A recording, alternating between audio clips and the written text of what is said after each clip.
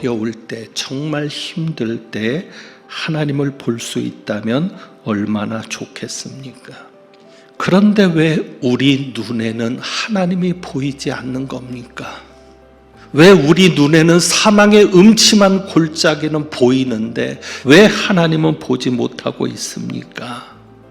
오늘 예수님의 말씀을 보면 하나님을 누구나 보는 것이 아니라 어떤 자가 하나님을 볼 수 있는지를 말씀합니다. 8절이죠. 마음이 청결한 자가 하나님을 볼 수 있을 거라고 말씀합니다.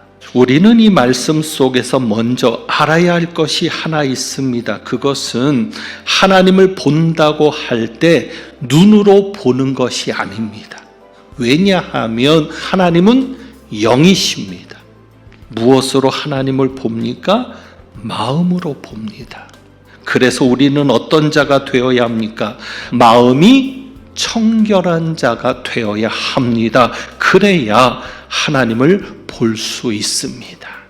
우리가 하나님을 마음으로 볼 때 어떤 역사가 일어나는가? 가장 중요한 것이 하나님이 믿어지는 역사가 일어날 겁니다. 하나님이 계시는 것이 믿어지고 하나님의 능력이 믿어지고 무엇보다도 하나님께서 나를 사랑하시는 게 믿어집니다. 바로 그것이 우리의 마음으로 하나님을 본다고 하는 뜻입니다.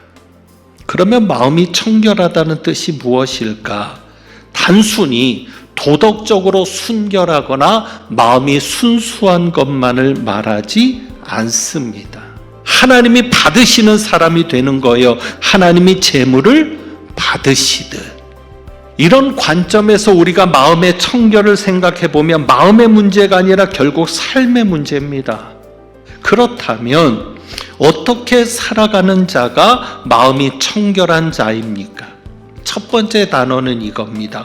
헌신입니다. 헌신은 하나님의 일을 하는 헌신이 아니라 하나님만 사랑하는 것, 하나님만 바라보는 것. 그리고 두 번째로는 순종입니다. 하나님의 뜻에 더 순종하십시오.